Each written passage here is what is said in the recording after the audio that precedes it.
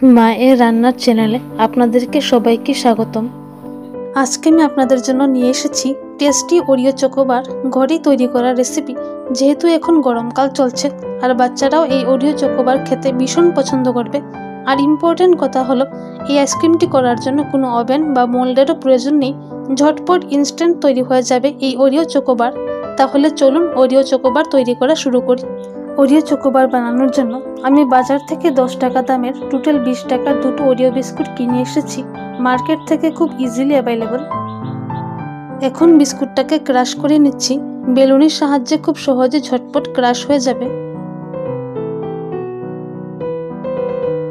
সেমভাবে অন্য বিস্কুটটাকেও ক্রাশ করে নিচ্ছি।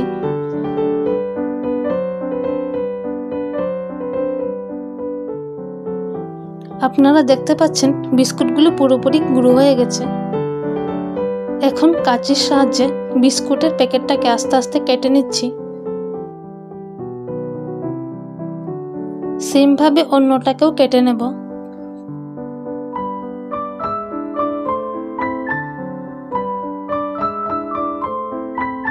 বিস্কুটগুলো যাতে সোজা থাকে তার জন্য তাদের রেখে দিচ্ছি গ্লাসে।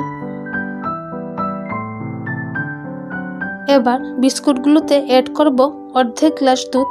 খুব বেশি দুধ দেওয়ার প্রয়োজন নেই, বিস্কুটগুলো ভিজলেই হবে।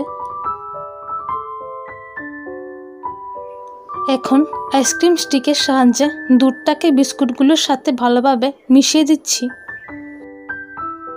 এবং তারপর দিয়ে দিলাম স্টিকটাকে। সেমভাবে অন্যটাকেও প্রথমে মিশিয়ে দিচ্ছি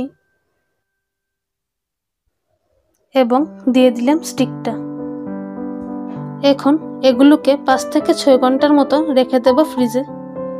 5 থেকে 6 ঘন্টা পর বের করে এনেছি ফ্রিজ থেকে।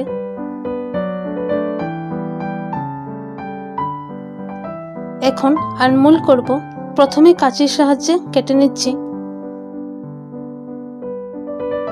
এবং তারপর হাতের সাহায্যে ছিঁড়ে নিচ্ছি।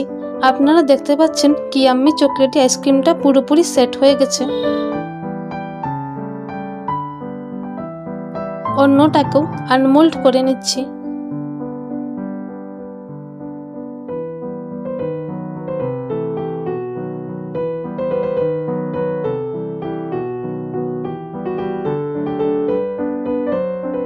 এবার আইসক্রিমটাকে কিছুটা বাদাম দিয়ে গার্নিশ করে নিচ্ছি।